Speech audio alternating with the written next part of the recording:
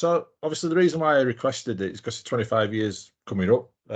Since I'm not sure even if you could remember it yourself, at 25 years ago that you brought a title to the Super League, first Super League title to the Bulls. Yeah, I remember it vividly. Don't worry. Yeah.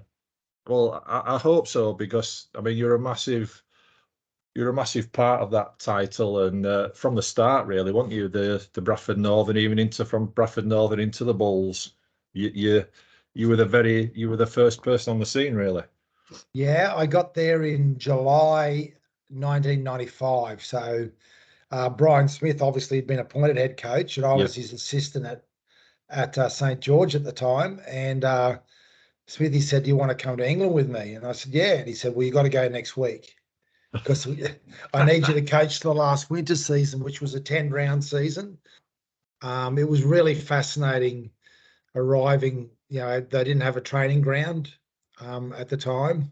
No, I can imagine. And they didn't have a gym, so it was good. It was just good to be a part of the initial stages of trying to establish a professional approach to what the club was doing. Yeah, and I guess from the moment you walked in, you realised that no gym, no training ground.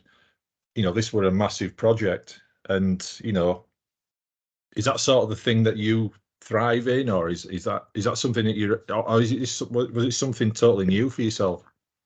I guess I think I was 28 or 29, 29 years of age, nearly 30. I guess at that age, I didn't really see any limitations, so I didn't get bogged down. I just was about what we needed to do, and we found gym gear. We went to found a school that we could train at. We used the chapel as the gym, Wow. and be forever grateful for that. And yeah, we just started to establish. And it's nice to be included in that. But the whole staff that was there at the time were also prepared and ready. They just needed some ideas to prompt us in the right direction. And and the facilities for the team were just one thing that we did in a very short period of time, that we pivoted in getting ourselves ready for the first summer season, which I thought we embraced far better than any other club. 100%, 100%. So just going back to Brian Smith, obviously being given the head coach role, and you did Brian Smith arrive later? You were the first one, I believe, you came across. Obviously, he told you to come across a week later. Nice long notice period there. July 15th. Not that I again. There you go. I remember the day that I arrived. So nice warm weather. Yeah, I'm sure it was. I mean, July. Come on, it must have been pretty warm in July, surely. No, not for me. It wasn't.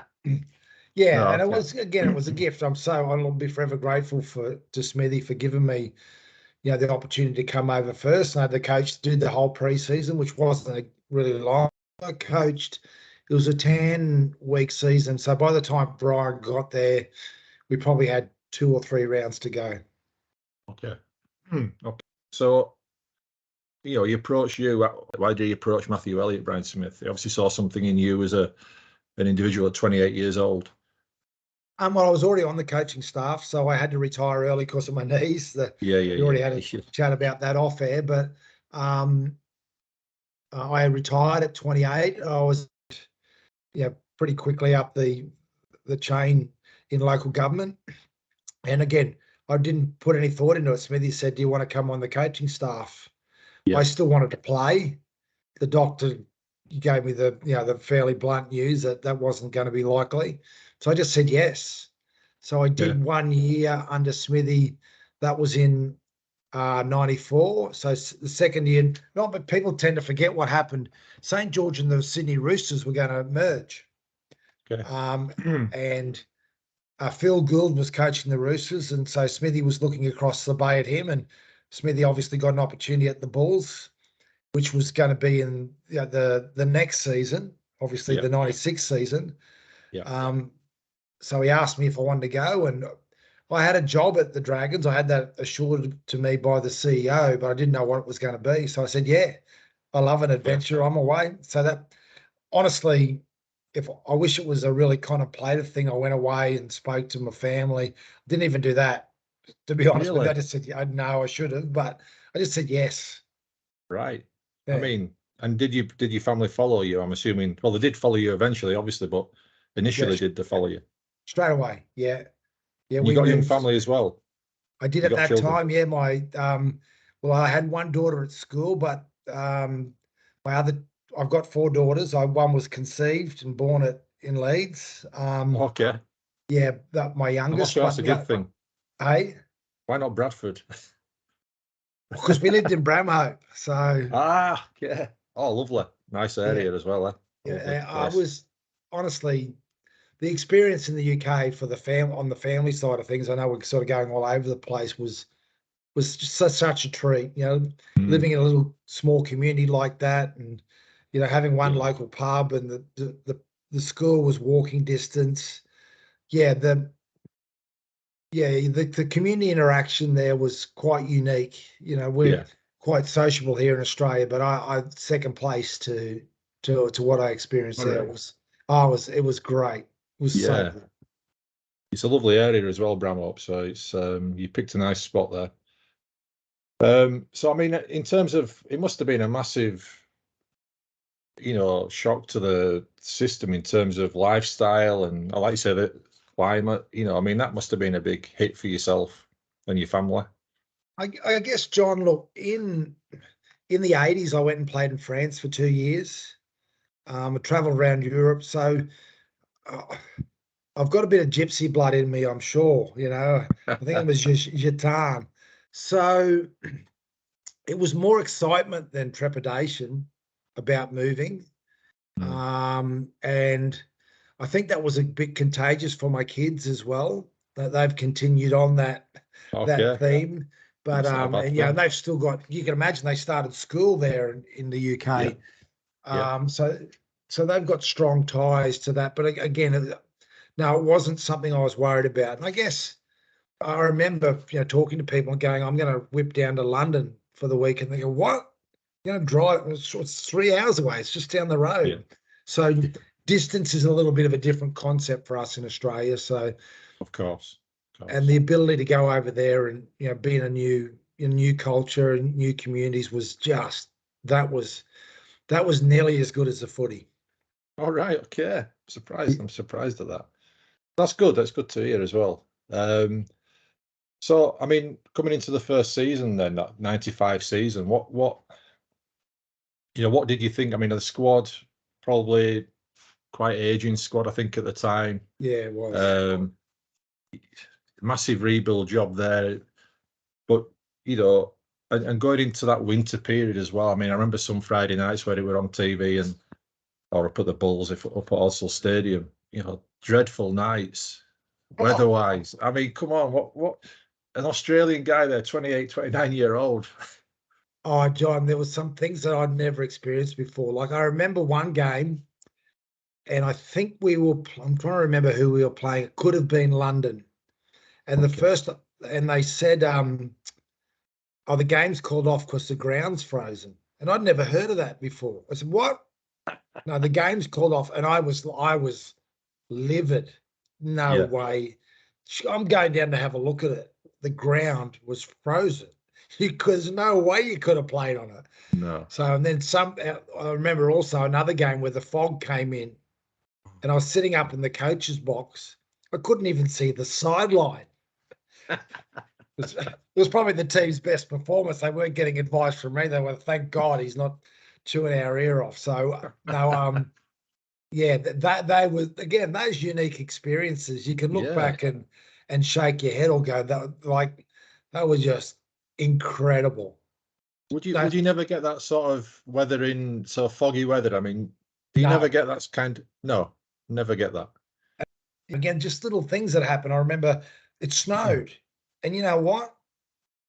On the morning of the game, all the fans came and helped sweep the Yeah. snow off the field at Odsal. It was like, Yeah. is this for Yeah. real? And there was Yeah. literally, it was a cup game, and I think he's now working for Bradford City. See, David Longo Yes, he scored a length. He scored an intercept try, went the length of the field, and as he put the ball down, it was an Oldham player pushed him in the middle of the back, and he just went flying into the wall of snow and disappeared into the snow wall. It was like, what the hell is going on here? So, like having experiences like that, for me, like we won that game comfortably, but that's the only thing I remember from that game. So things like that you can't forget. You can't forget. No. And just in terms of culture differences, I mean, did you see any? What was the main thing that stood out to yourself in terms of culture difference between Australia and the UK people? Well, culture in general. Culture in general. That's a really interesting question. Where I lived, I found people really friendly, really engaging. I can tell you this: funniest people on the planet come from Yorkshire, and I've got a theory on that. Of course, the weather's so miserable, you got no choice. But oh my God, I must have nearly broken my ribs so many times. Some of the players, Brian McDermott, my goodness. Oh yeah, funniest. I can imagine. Just hilarious. But I'd go to the Fox and Hound, which is a local pub in Bramhoe, and again, things like going up there early doors. I was going, what do you mean early doors? What's that mean? We go up there, have a couple of pints before dinner. I'll give that a crack. And I played cricket as well, on a Saturday for the village. And that just the people were so funny. Yeah. Like hilarious.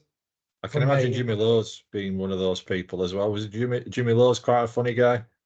Jimmy was as dry as the Sahara Desert, mate. Yeah. He was so,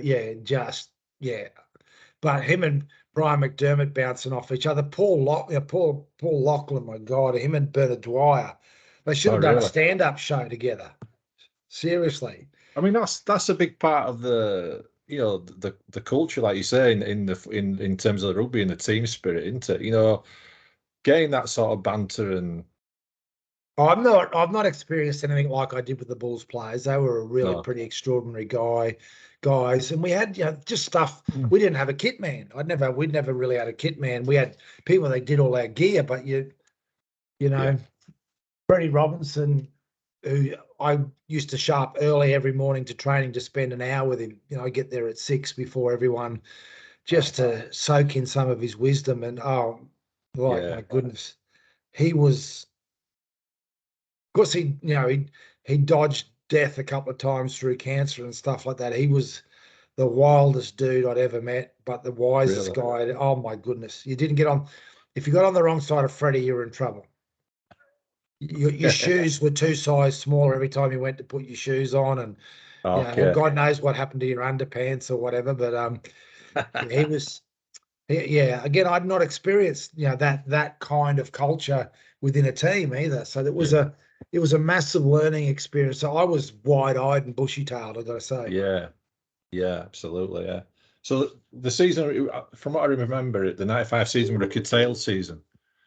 From what I remember in 95, I mean, there was some shrewd business going on there, wasn't there, in that season, that 95 season, where I think Paul Newlove was a quality player, wasn't he? He was a fantastic player, but there was some deal there, with obviously cash and swap deal with 3 players from the Saints: Lachlan, Dwyer, and Nicol. So I mean, some real good business there. I remember Jeremy Donegal coming across, and he was like Incredible Hulk. We'd never seen anybody so big before. He was huge. He was a massive impact as well. Well, you can probably thank Brian Smith and Chris Casely, and I really think, Paul Newlove deal probably set us up for quite some time.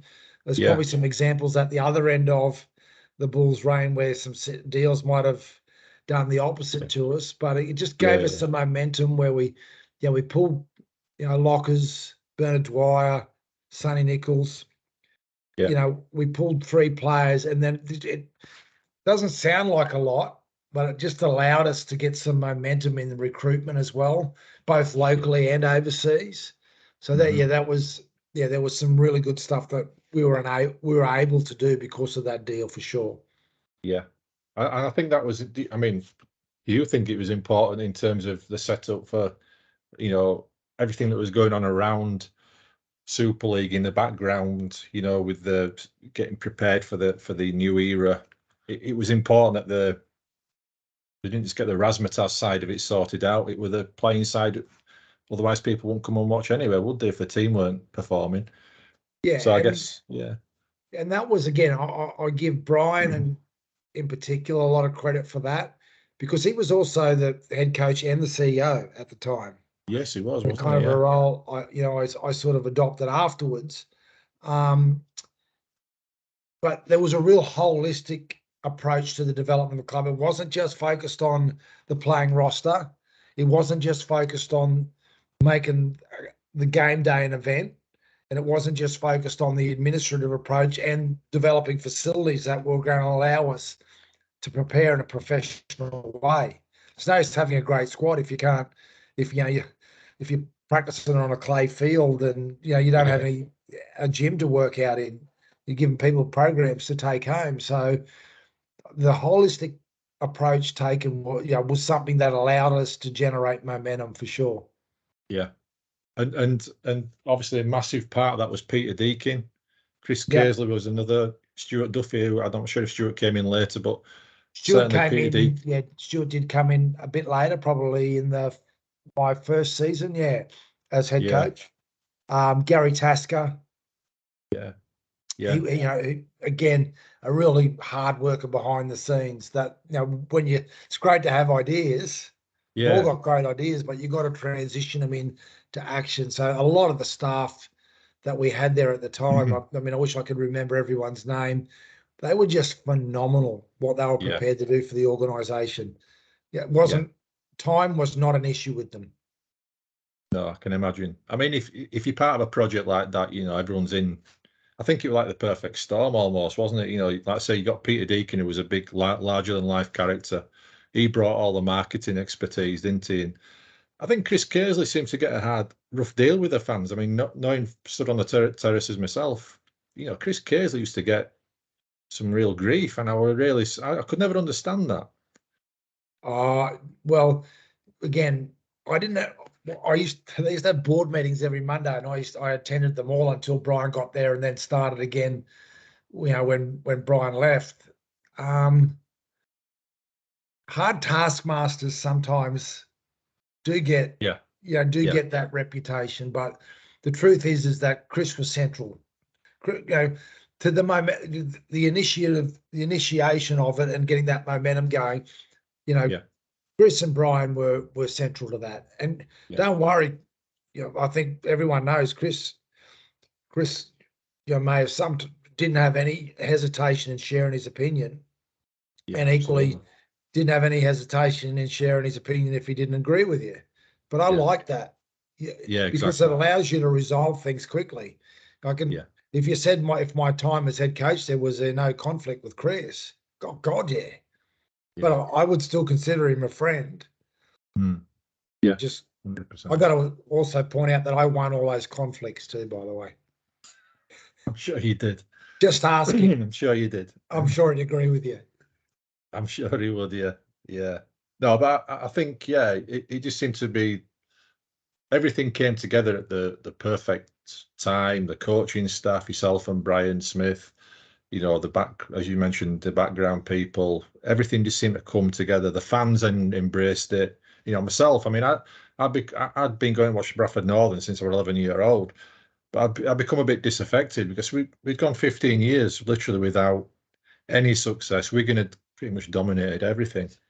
So to actually have this and the new league, and it's summer, obviously to you it'll be winter, but to us it was summertime rugby. It was different. It was just Odsal looked even Odsal looked different, didn't it? So, but but the crowds. I mean, we went from averaging 2 or 3, 4,000 crowds to 15,000. That's That right. must have been an important factor for you guys. I absolutely, and again, it made a difference to the team performance. Yeah. And as I said, I think that we were the first club really to embrace summer rugby and the Super League concept. Yeah. And you know, I know for a fact that we hit the ground running with our preparation and our approach to engaging people around that. What we worked out was guys are going to come. Let's target the kids and their wives and get them to make them come, you know, and that's, so we wanted to create an experience for families that families felt safe in. That, you know, I can remember going to a few games in my first winter season and hearing some of, you know, the pretty inappropriate stuff from grandstands going, well, that's not what we're going to do. Is I can tell you what I did when I first took over. We pretended to throw people out. We got people to swear on purpose, and we got security. Yeah. I stole that off the Chicago Bulls, actually, as an idea. Yeah. So we wanted people to know that what we stood for as an organization was about, you can take your kids to this environment and you're not going to hear, the stuff that you don't want your kids to hear. Yeah. Absolutely. Racist comments, really, really poor language and stuff like that. That was, I guess, was part of the experience, for a bunch of old guys with grey hair who'd had about 10 pints to go into the rugby. That's what it used to be. But I think we were able to evolve that pretty quickly. No, that's a really good concept. I mean, you kept that very quiet as well. Obviously, worked extremely well to keep that one under wraps, because normally somebody would suss that one out, wouldn't they? Yeah, no, we moved it around the field, but we did that. Yeah, some people might watch this might go, "Oh, I saw that happen once." Yeah, so. If I knew who you were, John, at the time, mate, I would have tossed you out straight away, mate. I'm sure you would. No, I will well behave myself, maybe, I think. So yeah, just moving on again then onto the first Super League season, which was, as we've talked about, it were a really sort of Bradford Bulls, gone from Bradford Northern to Bradford Bulls, a big explosion in Bradford for the rugby league. And Brian Smith obviously arrived. What would you say in your mind, Brian Smith? What's his legacy? Because he's obviously a fantastic coach, and he's got loads of other skills that he brought to the table, but he never seemed to get over the line, did he? In terms of like a cup, he always seemed to leave a club before they won something. What was your perception of what would his legacy be in your terms? I'm going to declare bias on this, but again, as far as him not winning a lot of trophies, there's a bit of bad luck in that, and he did get teams to overachieve. So sometimes when you overachieve, I played in one of his teams, 2 years we made grand finals, and then we were nowhere near the best roster in the comp. Right. So I guess on the playing side, Smithy's legacy, that I got the opportunity to take over there was two things. And I'll take a little bit of credit for some of it. But first of all, Smithy educated players in skill and and the structures of play that were going to get us to win. And he introduced a way of preparation to the guys over there that they'd never experienced, about education in the opposition and about education in the way they play and about how to rely on each other in a really unique and at that time advanced way. Yeah. I guess the other thing, because when I went over, I was assistant coach, but my background's in sports science. I was strength and conditioning coach as well. So, they got taught. I don't think there would have been too many teams that worked harder than us. So if you ever speak to any players that played around that time, and it took a while for us to transition to a hardworking team, but we got to a stage where it was a normality. So if someone didn't train hard, it wasn't myself or, the coaching staff that needed to address it. The players did. If you weren't training hard, Brian McDermott or Jimmy Lowe's or, Bernard Dwyer or one of the playing group would tear strips off you. That ain't what we do here. So that happened quickly because of the personnel that we had, but also the standards that were set, by the coaching staff. But Smithy's legacy is not confined to the field with the Bulls. Smithy's legacy was about a transition to a professional approach in all facets of the club. That's what I believe. Yeah, and to be honest, that's where it came. That's where it came across to the fans as well. So, I just was interested to get your take on it, really, because when you look back at his history, yes, he's been in grand finals, and obviously, like you say, that's almost like the tip of the iceberg, isn't it? You don't see everything else below that. You did, so Yeah, it's interesting to hear that. extremely hard taskmaster as well. Right. So we had a playing group that were very resilient that way. So if you didn't play well, you weren't probably going to get an arm around you, and Smithy told you straight. He showed you why as well. So you had the footage straight away in front of you. So and the group of men that we had there at the time as a playing roster responded really well to that. Yeah. And I guess in terms of yourself, you've been a massive influence. I mean, he's obviously been a big part of your rugby life. So he'll have been an inspiration to you and a big influence to you in your career, I guess. Yeah, absolutely. What I had to learn, in my first years at Bradford is I had to be me, not Brian. So I'm probably more the arm around your shoulder. There's areas of your game you need to work on. So leadership comes in a lot of different styles, right, and approaches. Yeah. Probably initially, the grumpy Matt Elliott sitting on the sideline chewing gum was me pretending to be Brian Smith rather than being myself. So, but again, I was so fortunate with the playing group I had. One, they put up with that, but two, they also helped me get to it got to a stage at training. Obviously, I'd plan all the training out meticulously, and that's probably something that I've always been into, is making sure that everything's structured. But I got to a stage where I said I didn't need to walk around and reprimand players because the players were so well educated, and had such high expectations of themselves and each other that after about 18 months, I didn't have to go around yelling at people. So they allowed me to go back into that person I was. Yeah. And but I mean, there are examples of people who've taken over new positions, like coaches or whatever, who do allow it to slip. So you must have had some edge to you. You can't have been Mr. Nice Guy all the time, can you? No, I think the players will agree with that. There's a few funny stories that go with that one. That I get reminded about a few times whenever I run into guys. So you're not prepared to share any then. I'll share one with you. We were all in probably when Henry's first year, so that would have been 97, maybe 98. 98, I think it was. Yeah. And we were playing Oldham, so they were in a cup game, and they were in second division then, or whatever it was called. And we were up by. We were playing at Oldham soccer field, not the old.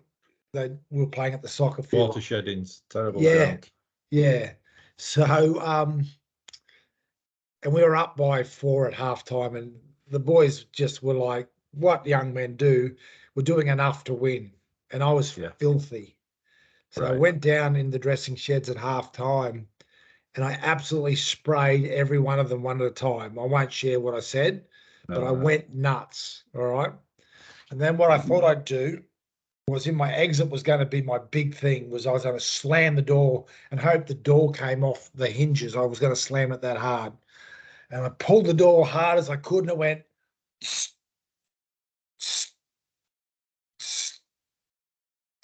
they had that air clink, the quietest door slam you've ever heard. And I got the other side of the door. I was filthy.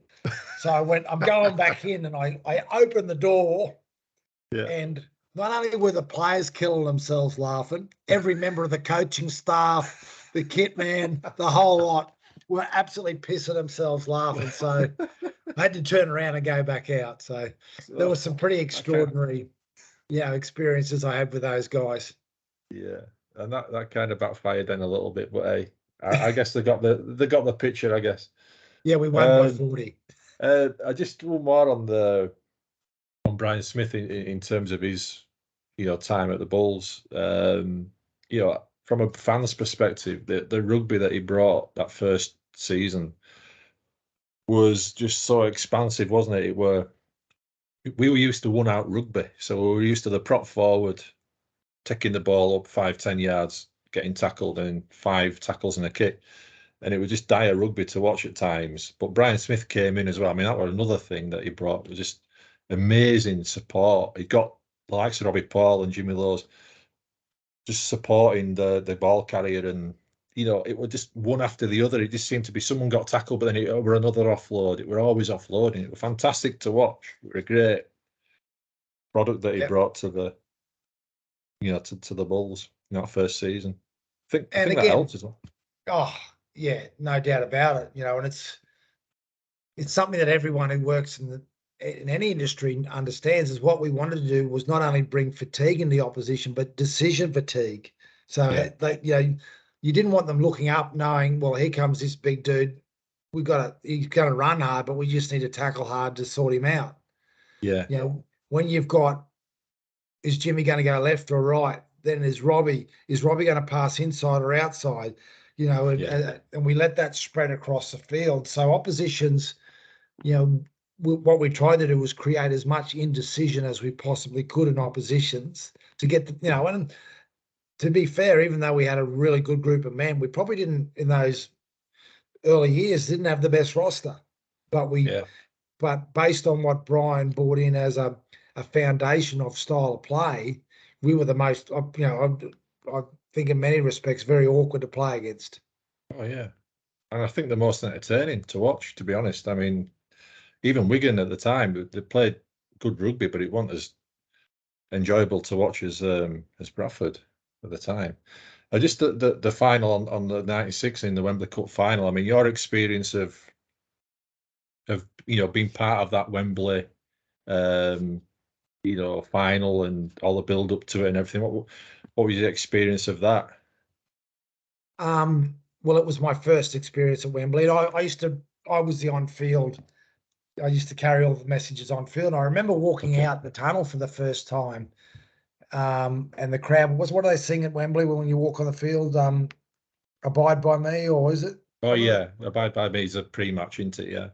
Oh my God, walking up the tunnel with the team, well, you almost had to put your head down to walk through the vibration of the noise. And I always liken Wembley to what we have in Australia, a horse race called the Melbourne Cup, where for one day of the year, even people that don't know anything about horse racing go to the Melbourne Cup. It's a huge event in our country. Well, it kind of felt like, the Challenge Cup final was a bit like that. There was people that didn't know anything about rugby league, but it was this event that you had to go to. And I'll never forget that. I will try and forget the result and how we, led that game. And we won't talk about drop balls by fullbacks, but we'll move on from that. But it was an extraordinary event, and that's something that you won't probably be. We could have. I always say 25,000 English fans make more noise than 150,000 Australian fans. The singing, the preparation into what was going to be sung. Yeah, it was amazing. It was amazing. Robbie Paul's hat trick as well. Obviously, that was amazing. Robbie were really fantastic at that time, wasn't he? Just in general, he was just a fantastic dynamic player, wasn't he? 18-year-old kid he was. Yeah. It would have been nice to win that, particularly for Brian, but it was. And while we didn't get the result, that events like that for me, we'll never forget. It wasn't to be. And then, of course, 97, and this was the year that you stepped up to the plate. And was it always in the plan for you to kind of come into coach after Brian, or? No, I got a life by accident, John. I didn't plan to be a coach. I didn't plan to be a head coach. I didn't plan. There was no. I guess when the opportunity came up, there was some. I wasn't the only option they had, but I guess I was the one that was there. And I probably need to thank Chris for his faith in me. I know Brian didn't really get involved in that process at all. So, you know, I'll be eternally grateful, one, for the opportunity Brian gave me, but for Chris to make that decision. And I guess,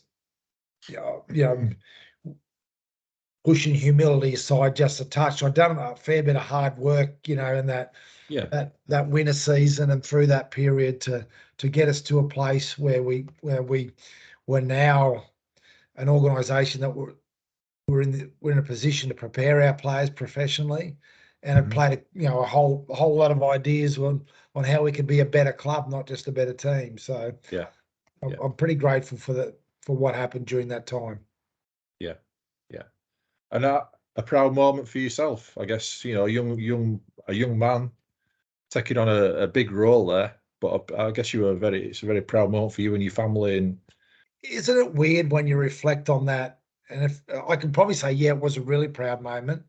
But I'll be honest with you, I was so absorbed in what we needed to do, how we needed to do it, and what needed to be done. And we needed to recruit players. We needed a better squad. We needed to turn people over. So I probably at the time I didn't look at it as a proud moment. I was excited, but I just wanted to win for the club. I just wanted to continue to build and create and be a part of an organisation that was going to be unstoppable, really. Yeah. And in terms of stamping your own identity on the team, because my perception was that you brought a slightly more pragmatic approach to the team, the way they played, which was probably whereas Brian maybe didn't focus as much on defence, or I might be doing him a disservice there, but I think you were more pragmatic in your approach in terms of attack and defence, but it worked. Yeah, we did really decide to put a lot of time into defence, and that was, again, in consultation with the playing group to an extent. We didn't have leadership groups in those days, but you did listen, but we knew that we needed to get better defensively, and I think what we also identified was that we needed to develop our attack, because while we'd done well, it wasn't good enough. But so we focused a lot on skill. I wish that I never got away from a lot of the things I did in those initial years at Bradford as a head coach, even in Australia, because some of the stuff we did as far as skill execution under pressure and what they did every day of, tackling and catch passing and having to juggle balls and use their proprioceptive balance, and go through things under contact. I probably didn't realise how advanced we were in what we were doing, and that manifested in high completion rates. Not because we were conservative; it's just we just caught and passed the ball under pressure at training more than any other team would have by a long way. Yeah. And clearly it had the impact, didn't it? Did you think that you would have that impact? Were you confident in your own abilities at that time that you were going to have that sort of impact in that 97 season? Because it was an incredible season, wasn't it? Just unbelievable. Again, it wasn't. I just believed in the team. Yeah. And I was, and that, I guess a lot of them will tell you I was a pretty hard taskmaster as far as my expectation of the team was. So it wasn't really about what I could do. It was really about what they could do and how us as a coach. I had a really good Carl Jennings came on board. I had Mick Potter on the coaching staff. Brian Noble was there. Is that it was about what we could do as a team and win it. Like we won 20 games straight, and that wasn't a surprise. I was peeved at the first one we lost. It was filthy. Yeah, I remember that. I promise 18-0 up. Yeah. Let's not talk about. I was absolutely livid, but it wouldn't have been mattered if we were 2 points up. I just knew that because we'd won, that wasn't about we lost because the other opposition played better than us. We just felt like we'd done enough on that day, and that wasn't who we were. So, It's a bit yucky that I remember that game, isn't it? Wigan. It's a shame, isn't it, when you've won 20 games. There was one game there which I remember going to down at Thrumall, and it looked like it were a definite defeat, didn't it? I mean, there were some problems in the background in terms of Halifax, and half the fans didn't turn up, and I think they were overcharging. So we were half full with the stands, and we well, you might, can you remember? You obviously can remember that. I remember it in detail. Yeah, fantastic day. But for me, what happened in that second half tells the story of the players in the team. Yeah, we weren't great in the first half, but we also need to acknowledge that Halifax played outstanding footy in that first half. You know, I watched that game not that long ago, to be honest with you, probably just 18 months ago. And I looked at, it was more highlights, and I looked at the tries that Halifax put on us in that first half, and they played some extraordinary footy. Yeah. But we were just in a place as a group. And I remember at halftime we were all really calm. It wasn't any, blow ups or anything. No, it was really calm about, look, there's things that we need to do here that we know we can. And again, it was the second half, that didn't happen by accident. That happened through belief in each other that the playing group had. And I remember jumping up and down the sideline too. I remember seeing. I remember that. Well, I think everybody was jumping up and down. There were people hugging people who didn't even know. It was just an incredible comeback. So fantastic comeback. Yeah. But we really wanted to win that Super League trophy. That's what we were all about that year. And the fact that we won 20 games in a row did not surprise me at all. Because we expected to win every game. And there wasn't one game when I ever coached at Bradford that wasn't the expectation. Yeah. Even when we played those Australian teams, we were shocked that we lost. Yeah. Yeah, they were close when there were close games when they were in the UK, but obviously in Australia.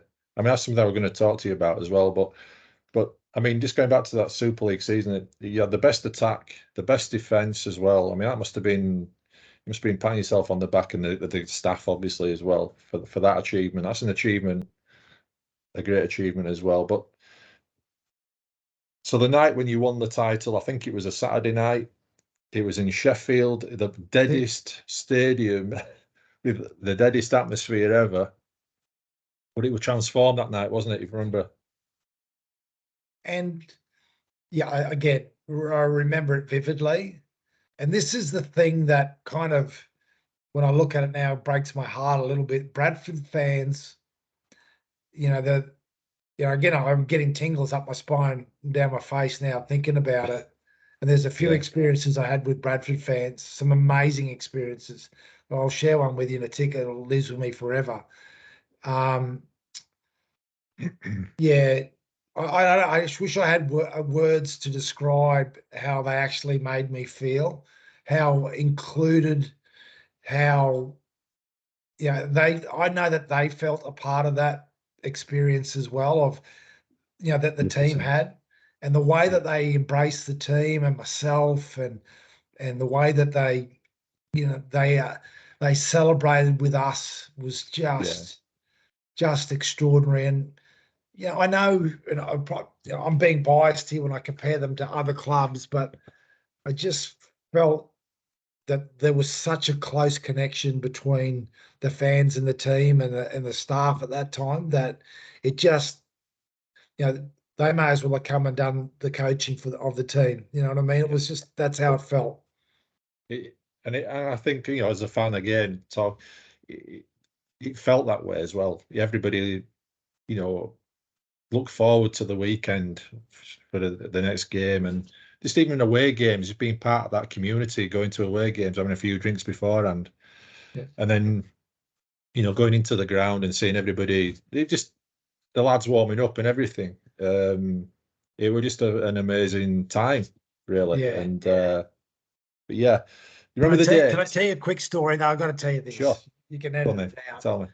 It was probably a couple of years later, and because I'd poached Steve McNamara and Tavita Vocona, when we're in Hull, they wouldn't let me sit in the stand because they were worried about me. So they used to have that dugout where you're about chest high to the field. So I stood beside the dugout, and you can imagine some of the Hull fans were being very complimentary about me standing in front of them while I was watching the game on the sideline. I ignored it, and but someone threw a cigarette lighter, a steel cigarette lighter, hit me straight in the back of the head.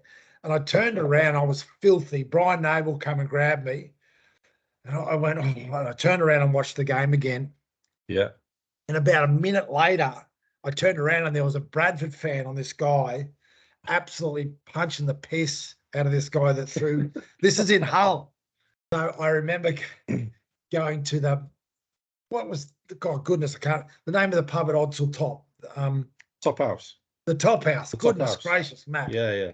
So I remember going to the Top House, and I saw him there a week later after our game. We went in there after every game for a bit. Yeah. And I went, "What do you drink?" And he said, "No, you don't." I said, "What do you drink?" So he drank Guinness. So every time, because we used to go back to the Top House for a little while after every game, just for our fans. Good. That's good as well. Yeah, every time I saw him, I'd go and put 2 pints of Guinness in front of him. Wow. Every time. So that's great. A good story. Well, I owed him because that cigarette lighter hit me in the back of the head. Well, that's what I mean. I'm not encouraging, physical altercation, but that's how close I felt to our fans. Yeah. I've never experienced that in Australia. No. I've never experienced that kind of thing communally anywhere, to be honest with you. And so, I mean, in terms of Australia, do you think there's a more of a detachment from the fact, a bit football style, where there's a bit more of a detachment from they're almost seen as being somebody you can't get anywhere near? Is that what it's like in Australia? No, it wasn't like that. I just think that culturally, even though we're just probably a little bit more, and maybe it has something to do with the weather, I don't know, but we're just probably a little bit more laid back and a little bit, give people their space. Yeah. And there's merit in that, but it doesn't provide the same experience. Obviously, sometimes some crowds in England get too passionate, right? Yeah, of course. Yeah, when we talk about football. But I just thought that if I was going to talk about what the perfect balance would be, I would always use Bradford fans. I do remember winning at Sheffield. I remember the day clearly. I remember my that's what I'm going to mention to you. You did that a few times, didn't you? That was when you were lost for words, wasn't it? You used to. I just didn't know what to say, and the fans were on the field. The players were just so elated and embracing each other. And again, there was this family of felt like 10,000 people on the field. And what do you say? How do you describe that? Well, when I think I was 31 or 32 at the time, and I was, gobsmacked, absolutely gobsmacked. Jeff Wittenberg scored that try because it was a fairly tight game. It was for long enough. But seeing Big Widow score the try and knowing that was about to happen, but I hardly watched another minute of the game afterwards. I was just too busy watching our fans, and I've never done that before or after. The fans were just like people hugging each other, going absolutely bonkers, singing. Couldn't hardly hear yourself think. I don't think they've ever seen a crowd like it at Sheffield Don Valley before or since, to be honest. So do you think, in terms of winning that title, do you think that defined your coaching career and raised your profile in terms of maybe your next move in terms of moving to Australia? Do you think that defined you at that time, and maybe your profile was elevated so that the opportunities were going to come around in the future for you? I know that we didn't. The only other title we won in my tenure was at Edinburgh. I think it was probably more the perception from, and this is what I've been told, that we overachieved like nearly every season. Yeah. That we did. That was, again, that's not me saying that. that was the feedback that I got, was that they looked at, what other teams were doing in recruitment and who they were getting, Warrington getting Alfie Langer and, other really high level players. And we were basically there at the end of every season. Yeah. I would have loved to have won a grand final. Some of those grand final one, we won't talk about the one where Saints beat us, where Leon went the distance and they said it was anyway a knock on. I was going to talk to you about that actually later on, but anyway, might not now. Yeah, no, I'm just saying that I felt that I would have liked to have won another grand final, and that Challenge Cup that I also was a head coach didn't get it at Wembley. But while those would look good on your CV, for me, it wasn't about crafting a way to become a head coach in Australia. That happened. That came my way. I didn't contact them. No. And it was just being with that group of players were up there with the fans that we had. Yeah. The men in that team, and what they did after under Nobby, because what we do know now, and I've got 15 years of stats through an analytical company, the biggest impact on success for teams is cohesion, having the same playing group together for an extended period. Those guys, they didn't have to talk by the time I'd left there. They knew what each other were going to do in certain situations. So that was when you started bringing good players into that. They just, it was so easy for them to fit into it. So that, for me, that the greatest pride I have about my time at Bradford is the playing group. Yeah. And what they and how they grew and how they took charge. Yeah. And like you mentioned just a little bit earlier, you talked about the World Club Challenge and that was the only blemish really on the season. I mean, just from your perspective, what do you think were the reasons why the gap was so big between the Brits and the top level supposed elite of the English game against the Australian game? Some teams in there who weren't even, I think Penrith were near the bottom of the league at that time as well. So just interesting for your take on that. I think the take is that the standard in Australia is higher from a younger age. So that sort of elevates. I think the gap between the Australian comp and the Super League comp now is wider than it was when I was coaching, to be honest. Yeah, I agree.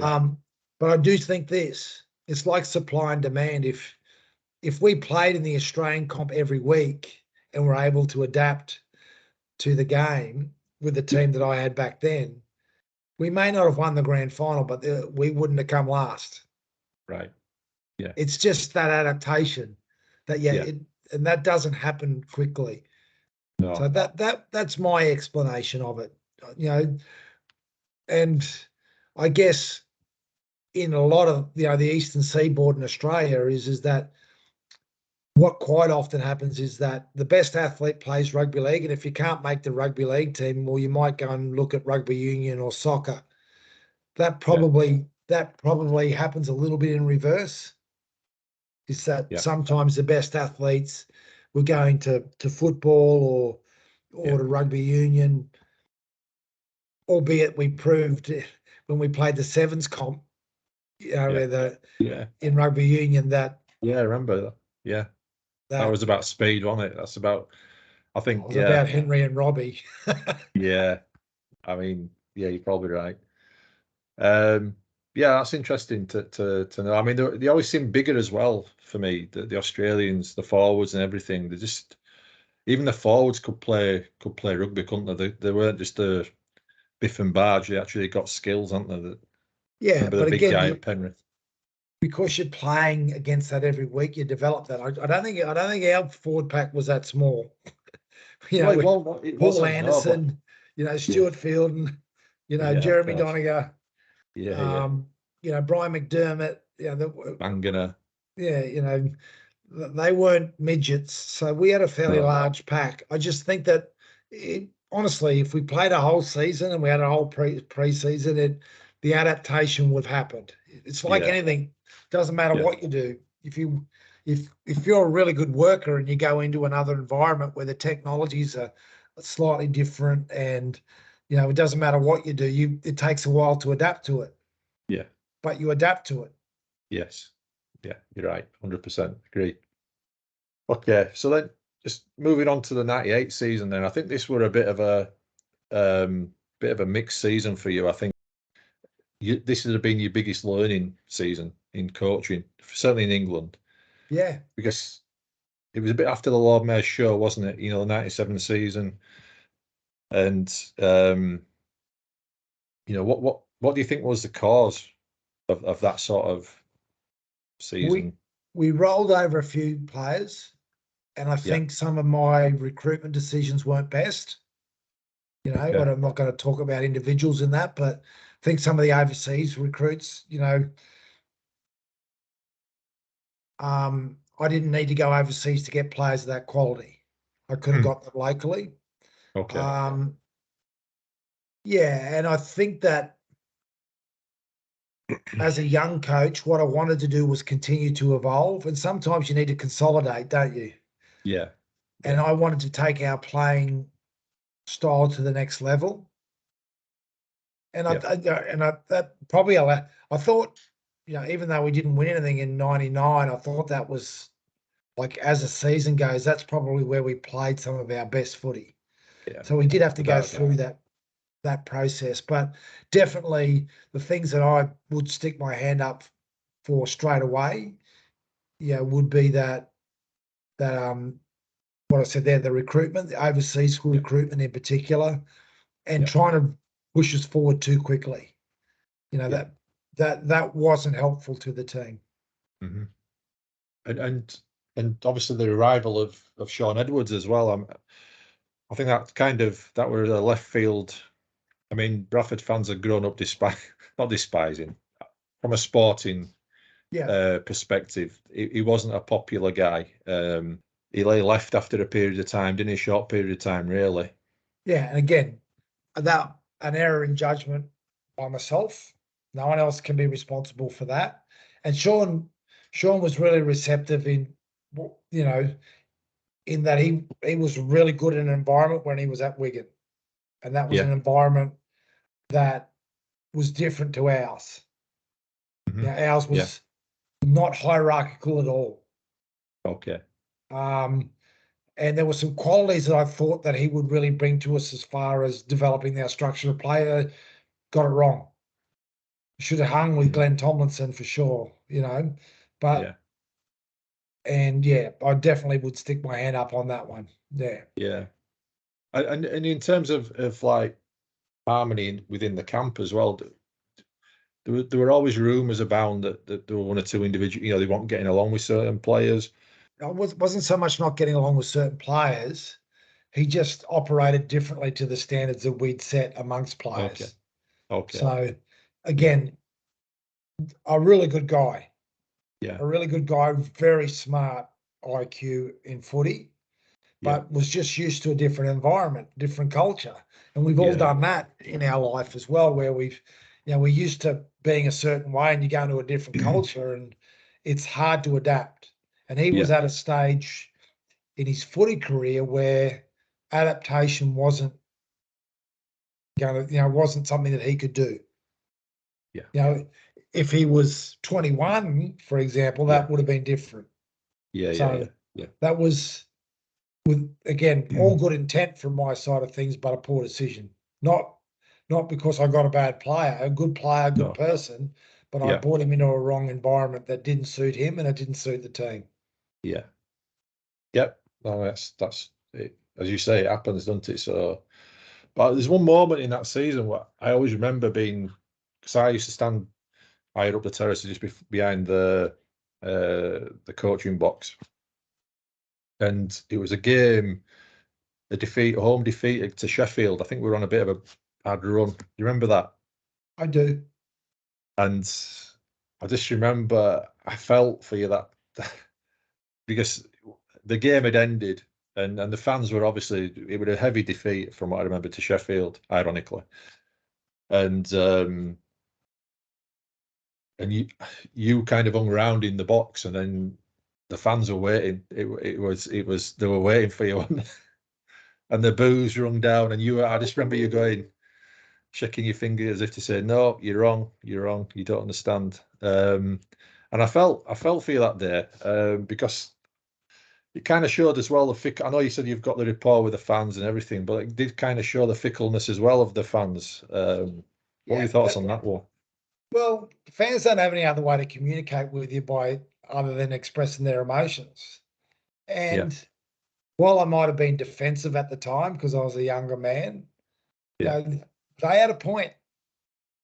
Yeah. They had a point. And it's okay, for fans to have high expectations of their team.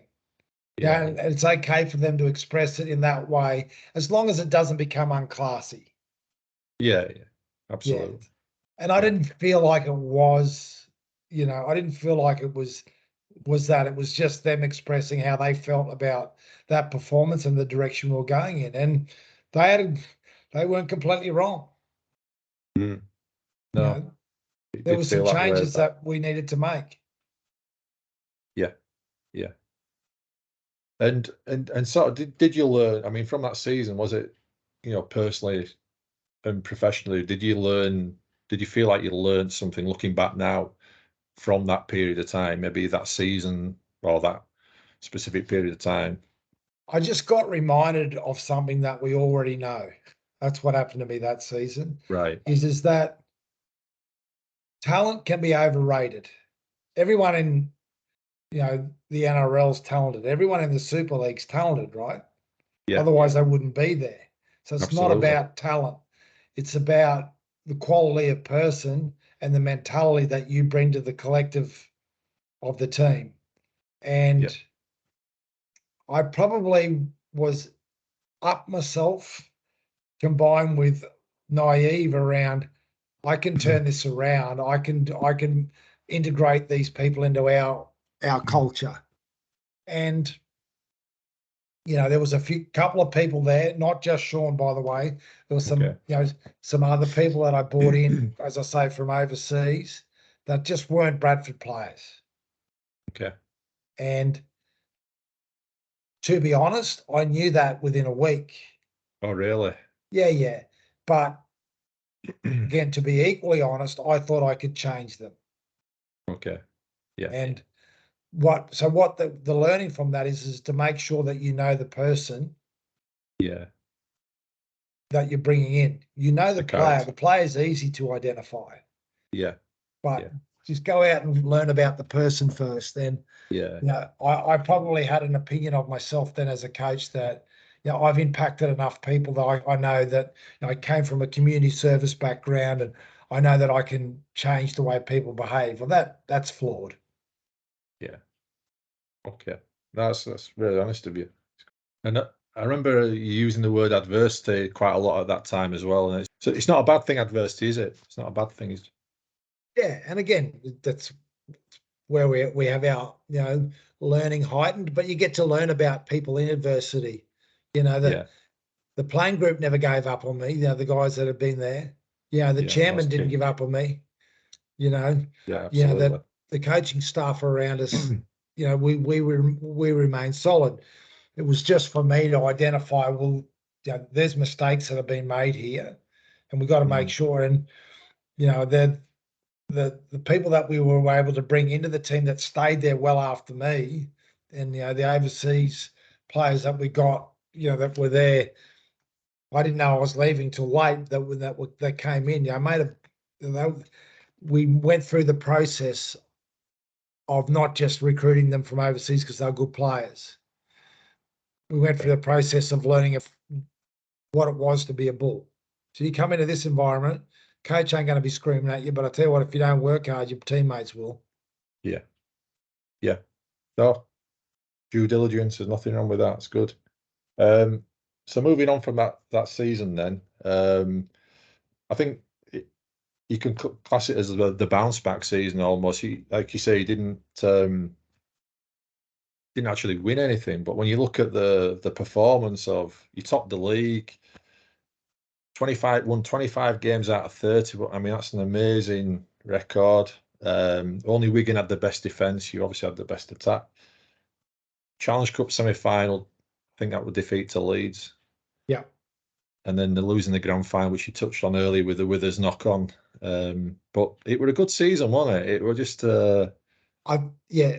I think that we played our best footy in that season. Yeah. As far as, connection to each other, and I would have preferred to win those big games, and we should have, by the way. Yeah. They weren't. I think in both those games that you spoke about, even removing the intercept aside, we didn't play our best footy in that game. We should have blown Saints off the park. We did in the semi-final prior to that, we should, but we didn't. The Challenge Cup semi as well was that was, again, not our best performance, and we prepared so well for it. So sometimes sometimes you're better off having bad preparation because it gets everyone focused. And going into both those games, the preparation was so smick. I felt like shaking them up and getting them out of their rhythm a little bit just to get their attention. Yeah. Do you ever find that sometimes they're so primed for a performance that it's almost like they're due a bad performance? Or, if they're trained really well through the week, like you said, the preparation's spot on. Sometimes you got to leave a little bit in reserve. Is that what your perception is? Well, they feel unchallenged, and they feel honestly, I can remember going into that grand final and watching them train. I was just like, we've been going good, but I've never seen us do this. Some of the stuff they did in that training week was just off the chart. In retrospect, someone like a Wayne Bennett I should have gone in and challenged them or rattled them up in a different way or got them to do something that because what that does is that gets your attention, right? Yes. Yeah. When you're going so well, goes back to that you don't want to stop that, but it is that they were so connected that they didn't have to think, and I should have got them to think a little bit in that week. Just so they weren't. At the time I thought this is perfect, but in retrospect I can look back and go, I should have put some thorns on the field or something, and made it a little bit tougher for them. Did you ever have that experience after that, where I mean, I'm not sure, obviously going into maybe even playoff games in Australia, or even with the Bulls, did you ever have that experience again where you did maybe change it? Yeah. Where they trained so well, and then you maybe unsettled it a little bit. There's a whole lot of things I learned that you can do. One of the things we do like is we do like consistency as a species. The other thing we really like is inconsistency, because that brings a little bit of stimulation. Weird creatures, aren't we? So they're for sure. I can remember doing stuff like they start a session, they get 10 minutes in, and go, okay, that's it. What? You're done. All right. Okay. And again, immediately all that day, because I didn't really need to train that team that week. No. They'd trained all season. So I only did it because that's what we did. So if I had my time again, I'd get to the second last session and go, when they were flying, and go, okay, that's it, go home, get out of here. That would have, and that shocks people. Yeah, so exactly. The unexpected, while it shocks us, we kind of like it. Yeah. Yeah. Honestly, I could have told them, I'll see you game day. Yeah. Yeah. Because I still see them training in my head right now that week. You wouldn't have seen a better training session ever. Wow. The last two were like ridiculous. Must have been disappointing for as you say, the semi-final was a letdown, really, wasn't it? In terms of, I think Leeds is kind of, can't remember the score, but I think they were a distance in front. We were never really close to them, were we? We just kept giving them the ball. Yeah. Well, anyway, that's the way that it goes, isn't it? That's sport. I just on the Withers thing, did he actually say that he touched the ball? Did he touch that ball? No. The knock on in the grand final. No. He didn't touch it. No. I don't know how they came to that conclusion. I don't know how they came to that. No idea. Strange. Anyway, so he didn't touch the ball. No, Even more.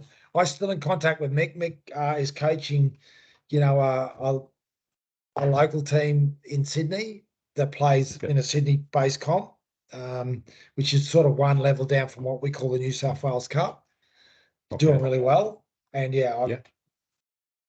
Mick's.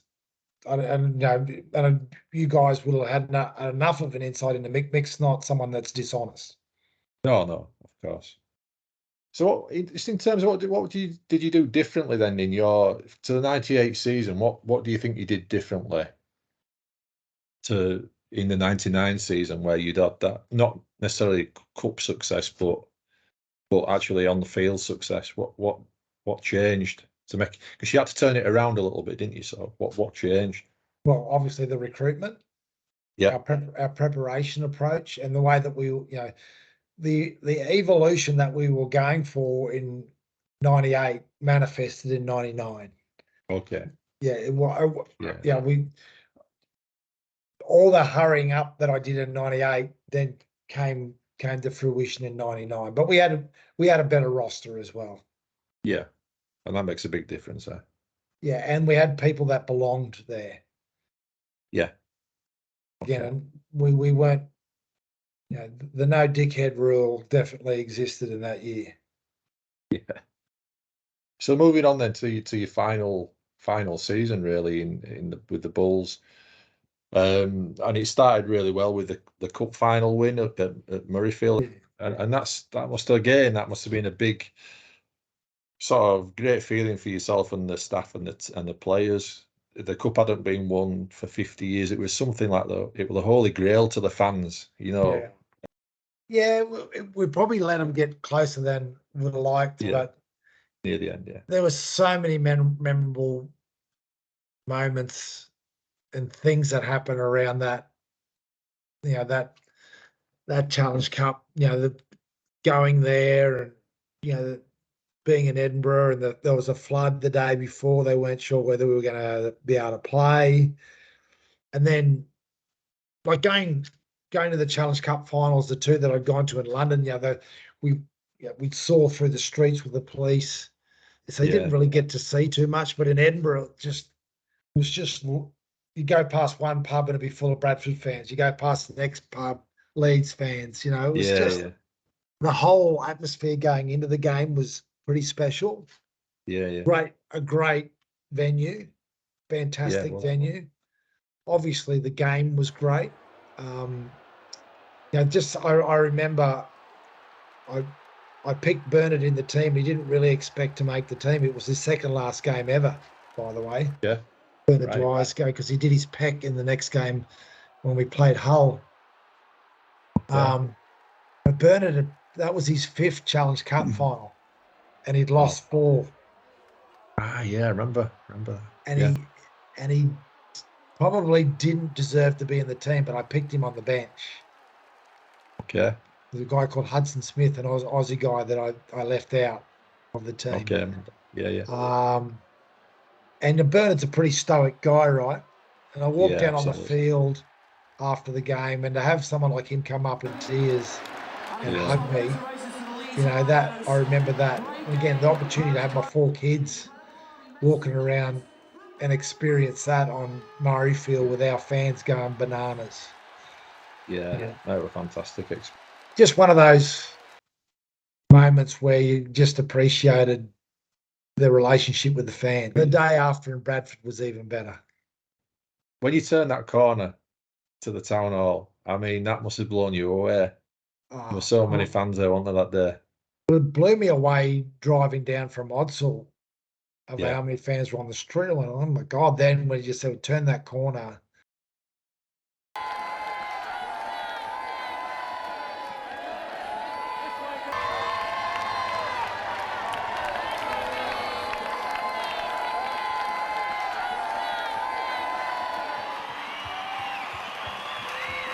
The city, I'm proud for the players, and it's about time the best supporters of rugby league had some silverware to boast about. Well done, guys. So moving on from the Challenge Cup, you went into the league again, another solid, really good season, wasn't it, in Super League? Scored over 1,000 points. The best attack, obviously, he missed out on the best defence only by 3 points to Wigan. So another good defensive season. And of course, how can we not mention the St Helens semi-final loss? Done interviews about that a few times, actually. I'm not surprised. I'm not surprised. My memory of that was just you slipping behind that wall. And I'm not sure if he slipped and missed the seat or whether he actually just fell off the seat. No, I went down because I knew there'd be cameras on me and I was squaring my head off. So I don't think you would have had to be a lip reader to work out what I was saying. So I did that, but I was just, I was also a little bit filthy because I thought we got penalised just before that for dragging the guy into touch, and I didn't think it was a penalty. I did an interview with Eddie Hemmings last year. Yeah. And they replayed it. I said, what's the tackle before? And they all agreed, no, that wasn't a penalty. But anyway, again, you can whinge and moan about it all you like, but that try that Saints scored there was, and, we'd had a couple of injuries going into that game as well, so we didn't have our strongest team out. So to do all that for 80 minutes. It was 80 minutes, wasn't it? Because the Hooter went, so To do that for 80 minutes without our best team out there, which was going to be available because we would have had the next week off. Yeah, of course. Yeah, it was a bit heartbreaking. Yeah.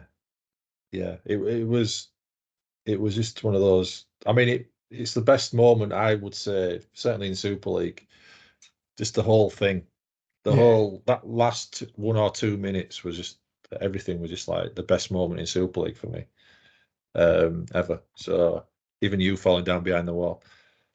That's the match. That's going to be the match for Bradford. He's given a penalty. Oh, he has. In cold hell there. They still are not out of it. Oh, they're taking the short one. They know that they've only got 10 seconds. Will they get this play the ball in? They're holding him down. Sculthorpe wants to get on with it. Bradford counting down. Kick and chase now. This is the last play. Long kicks it wide to Iro. Iro to Hall. Hall is trapped. Back it goes to Hoppy.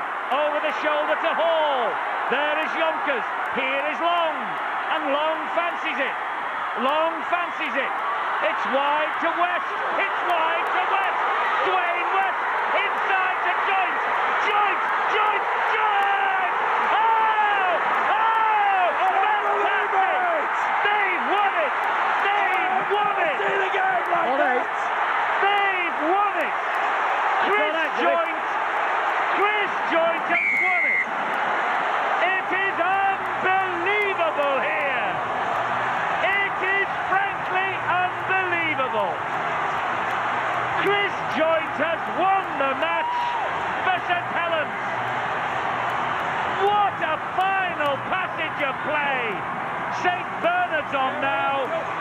What a run. What a try. What a match. What drama. Talking of drama. 2 passes. The kick out wide. Then 3 passes. Then it's 4. Never say die. Then it's 5. Then it's 6. 7. Then it's 8. Oh, didn't he do well, West? Back on the inside. 9. He didn't want to get double figures, but he's got to get 4 points. I've never seen a try like that. The clock was up. There was only 2 seconds remaining. Smith gave the penalty. He was the silly push in the touch that gave Saints the lifeline. Whoa! The man is absolutely devastated. Why wouldn't you be? They have got out of jail. No key, no bomb.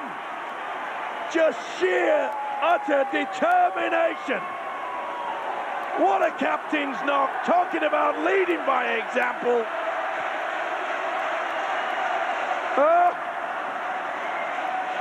He said, who cares? It's all over, he knows it. This huge crowd know it. But what disappointment. But full credit, Eddie, we mentioned the fact that Saints can dig deep. That was a huge hole. I'm still pinching myself. Long to add the extras. That's the icing. Chris Joynt's try, converted by Sean Long. Saints have won it. Let's hear from Matthew Elliott. He was on his knees a minute ago. Matthew, I suppose words can't sum up how you must be feeling at the moment. Oh, well, the formula remains the same for us. We need to win 3 games of football to take the prize. Would have been nice to win tonight, but it didn't pan out that way. How was you feeling when that last try went in? As I said, didn't pan out that way. St Helens won, so we have to play next week. Thank you. Well, I am shell-shocked. That was one of the games of the century, never mind the games of the season. The life beyond rugby. So you've got the change room, which you've the business that you've set up with. I was looking at it, and it's a guy called John Daly and yourself created this business. Looks like a really positive business.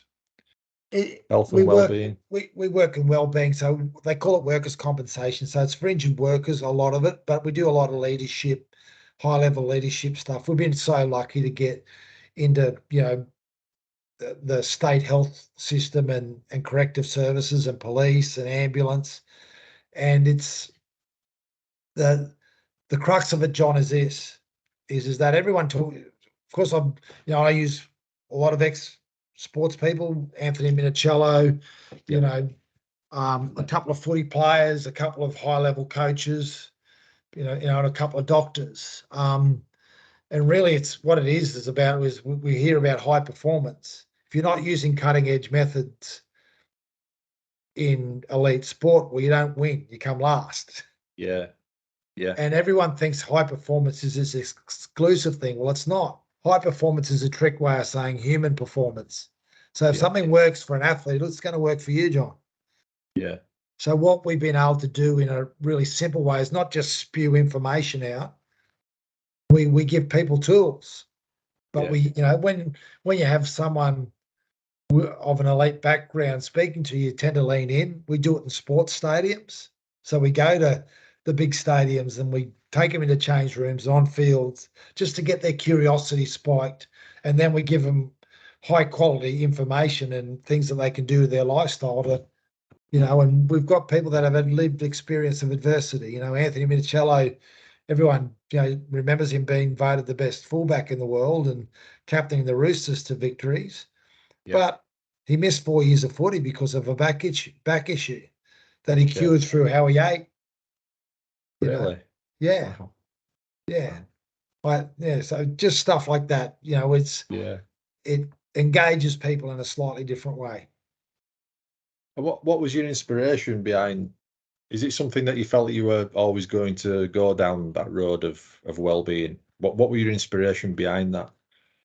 I grew up. My mum was a matron. My dad was a footy coach. Yeah. My first job, I was a school teacher trained, high school teacher, sports science. I never taught a day in my life. I worked in Sydney as a youth worker, ended up being a director of community services before I came and decided, Brian Smith offered me a coaching job. So I guess my background's been in that area. My family's background's been in that area. Yeah. And I don't know, it just wasn't something really I overthought about. I started doing leadership and individual coaching when I came out of coaching the first time. Right. But I was more engaged about the opportunity of helping people have a better life rather than someone moving from earning $500,000 to $1 million a year. You know what I mean? It just was. Yeah. I learned a lot from those people, but I can't say it was fun. No. And in terms of, so I mean, does that support the sports star or the sports person when they're coming out of the game, whatever game it is, be it rugby league or football? Is that something that maybe you'd look at branching out into in the future? Because obviously there have been issues, I think now because people do talk more, you do tend to, every time you open a paper, there's stories of players who've struggled. I mean, obviously Terry Newton, the likes, you know, in the UK, Leon Price and Sean Long, two guys who've come out and said, you know, they've struggled after the game. Is that something that the change room could branch out into and support in the future? Yeah, what happens, and because we deal with a lot with police, and we have ex-serving police, is that we don't do what they do. You wouldn't want to be a police officer when you find out what they do. I've done a lot of individual work with them, but their identity's attached to what they do. You know, and it's easy to say, you know, this is not what I do, or this is not what I am, or who I am. This is what I do. But you know, footy players don't know that because they've been doing it since they were young guys. So exactly, yeah. They're transitioning, and they're doing a good job of it in the wellbeing space in Australia and the NRL. Yeah, there's every footy club has wellbeing staff and transition staff. Yeah, but that doesn't mean the challenge isn't there. And you know, I piss a lot of people off at some of the conventions I talk at because obviously everyone talks about mental health.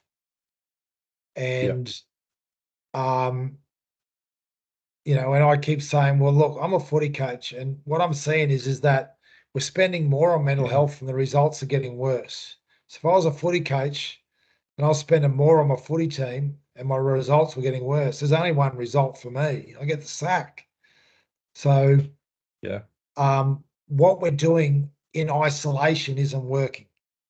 So what I mean by that is in Australia, and I don't know so much in the UK, it's very much pointed at the clinical approach.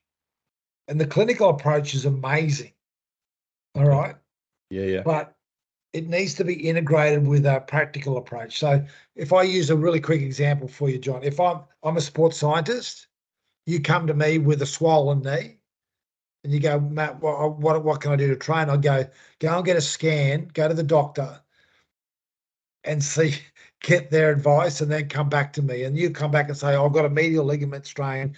The doctor said I'm going to be out for 6 weeks. Well, I know then I can accelerate that recovery through the expertise I have as a sports scientist. Yeah. That model's not used in what they call mental health space. Yeah. Okay. You either go and burn some incense and wear a caftan, or you go to a doctor and you take some medicine. There's no approach that unifies, you know, different ways of thinking of things. And that's what I kind of try and do in the change room is like, go and see, this is not a replacement. You know, you eating the right food, you learning how to breathe properly, you learning how to understand how to elevate your emotional capacities and all the other things that we do in our program. You know, how to transition, all that sort of stuff. That's going to be helpful to you. But if you think this is going to cure you without getting to see your doctor, you're wrong. But equally, if you just go to your doctor on your own, you're probably not going to accelerate your recovery. So it needs to work in common sense. Yeah, absolutely. We don't kind of use it that much in that field, unfortunately. Yeah. I mean, because also, you know, certainly in the UK, like I'm talking football here, you know, they tend to catch players at a very young age, so 6 years old, and they can be with a football club, an academy for 10 years, or 10 or 12 years, and then they get released. And there's been a lot of cases recently as well in the last few years where these guys have just gone, you know, and I mean, these kids are just too young to be able to cope with this type of pressure. Now, I just wonder whether there's just not, it seems to be a gap there where there's no support for these people, and there are people out there no matter what. Just seems to be a massive void there in terms of they release them and they've got to get on with their life away from football, which is what they've always known. And it's a really interesting balance in it, John, because what you're doing is you're offering these people a dream that comes off for some people. But, you know, in the NRL world, we have what we call a Plan B wellbeing program. So that, but what you find, and this is what sporting institutions and organisations need to understand, is if if you're trying to develop someone as an athlete, no matter what sport it is, if you can teach them to learn other things, that'll make them a better athlete. Yeah. Yeah. You know what I mean? Yeah. So Yeah. you don't need to have a look at, what we've got to give them. We're accountable that if they don't make it, we need to give them another life. Yeah. Yeah, that might be an outcome of it. But if you can teach them to learn other areas and other things they're interested in, that'll actually facilitate them as an athlete. Yeah. That's not my opinion. That's science. Yeah. Yeah. There's definitely things I think to improve on there for these sports people, but it'd be interesting to see. We always seem to learn things from Australia as well, the UK. We always seem to be behind the curve when it comes to things like that. So, and I think what our peak body's done well is obviously that through government expectations, they've put these programs in place, but they've made clubs accountable. Yeah, it's not just you need to have 2 wellbeing personnel. Yeah. Here's the programs that you need to run. These are things that you have to do. So all young athletes under a certain age in your club, they have to either be doing a work experience or going to university or getting what we call a TAFE thing, which is like an apprenticeship. Yeah. No choice.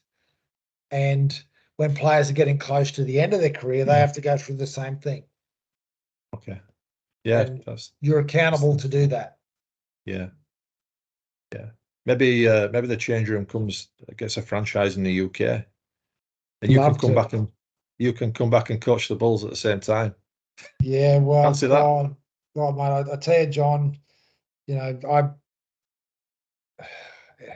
of breaks my heart that they're not still in the Super League, mate. Not because of the past, but because of those fans that we spoke about, that atmosphere that used to exist at Odsal. I find it very difficult to get my head around that not being the case. And I also, again, obviously come from a very biased opinion on this. I also find it very difficult to understand how the peak body could not do everything possible to keep Bradford in the Super League, purely for the experience that it provided, purely for the population density in that area. I just don't get it.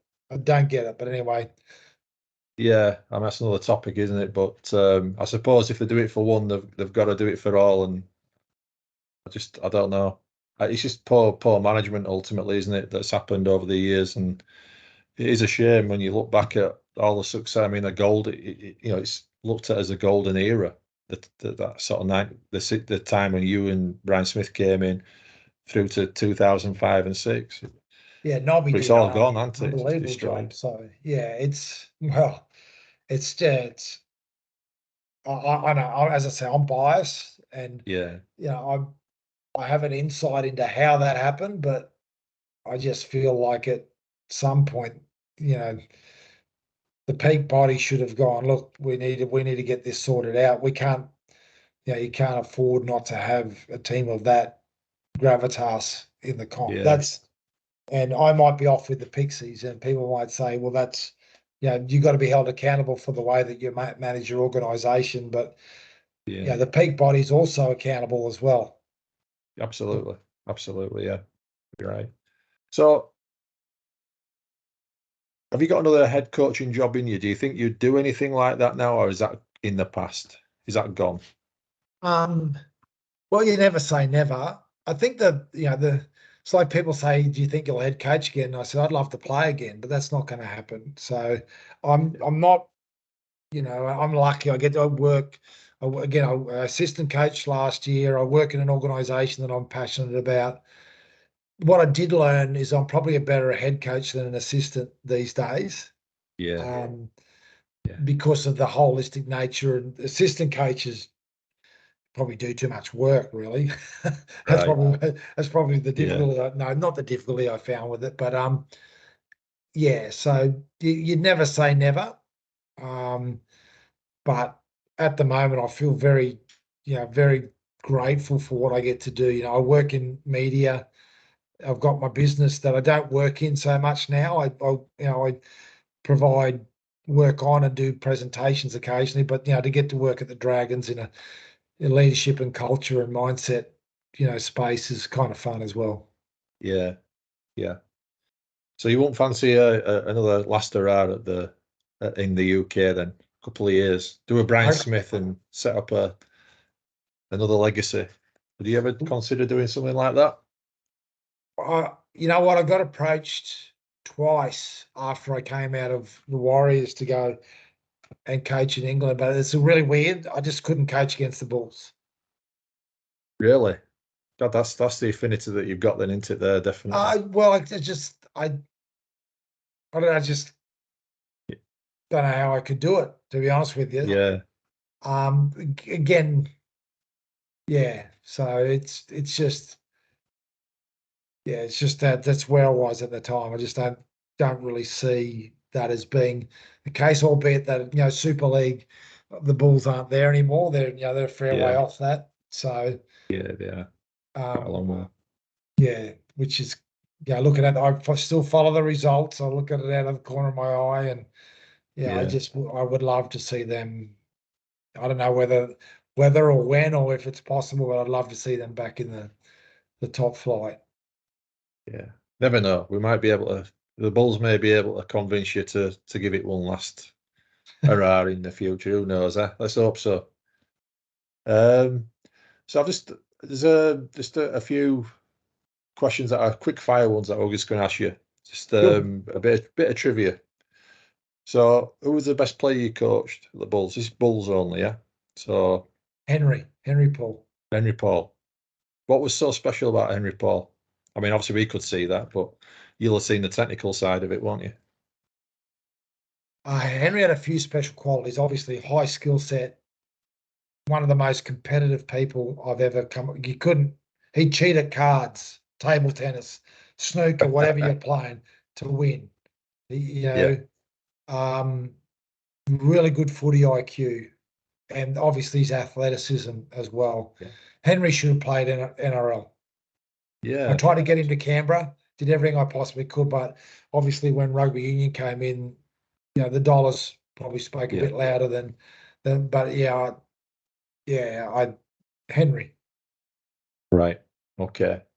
And hardest trainer. So who was the hardest trainer over the time that you were at the Bulls? Brian Mack and Jimmy Lowe's would probably, those two. Yeah. And I guess they were ruthless on everyone else.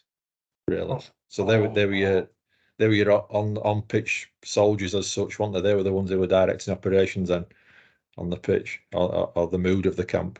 I dare you to bludge your training with them there.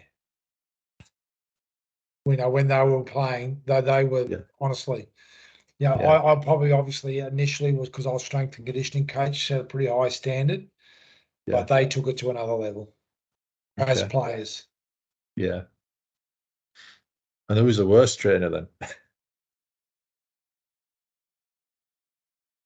Really good question. I think Fear was the worst trainer. Okay. Because we didn't have any bad trainers. Because if you did, honestly, you'd get scorched by those guys. I'm sitting here trying to go through my head and think about who came last consistently. But if you think about it, even Paul Anderson, who was a big guy, right? Yeah. He trained hard. Yeah. There was never really that person at the back of the group that, trudged along and wasn't up to standard. We just didn't have that. No. It was not acceptable. That sounds fantastic. Explains a lot of the success, really, doesn't it? So it's good. Who was the biggest inspiration in your life, personal and professional? Oh, my dad. My dad passed when I was 13, but he was my footy coach. Served in the Second World War. We just had Anzac Day over here.